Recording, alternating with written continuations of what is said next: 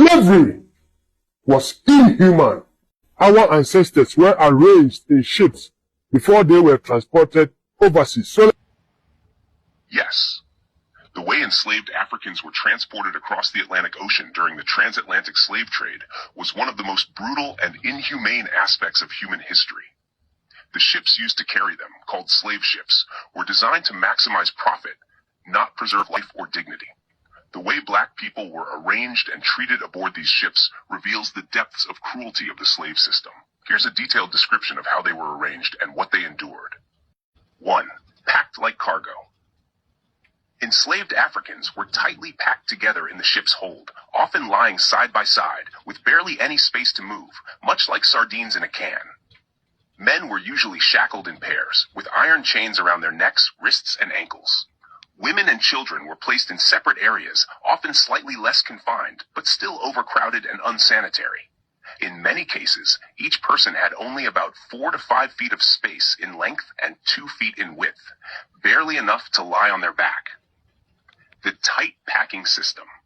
Slave traders developed what they called the tight packing method, cramming as many people as possible into the ship to increase profits, even though they knew many would die during the voyage. On some ships, 400 to 600 enslaved people were forced into spaces meant for 200. The enslaved were often stacked on wooden shelves or platforms built between decks, creating layers of human suffering. These lower decks had almost no ventilation, and the heat, stench, and lack of air made it nearly impossible to breathe. Horrific conditions below deck. The holds were dark, damp, and suffocating. Buckets were used as toilets, and when they overflowed, the waste ran through the space where the people lay.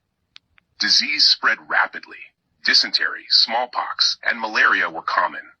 The dead often remained chained to the living until crew members came to remove the bodies, throwing them overboard. 4. Physical and psychological torture.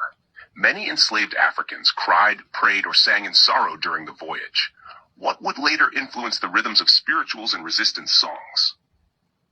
Some attempted to revolt, others chose death over bondage, jumping into the sea when possible.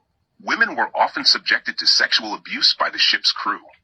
The journey, known as the Middle Passage, lasted 6 to 12 weeks, and it's estimated that 15 to 20% of those taken died before reaching shore. Millions of lives lost at sea.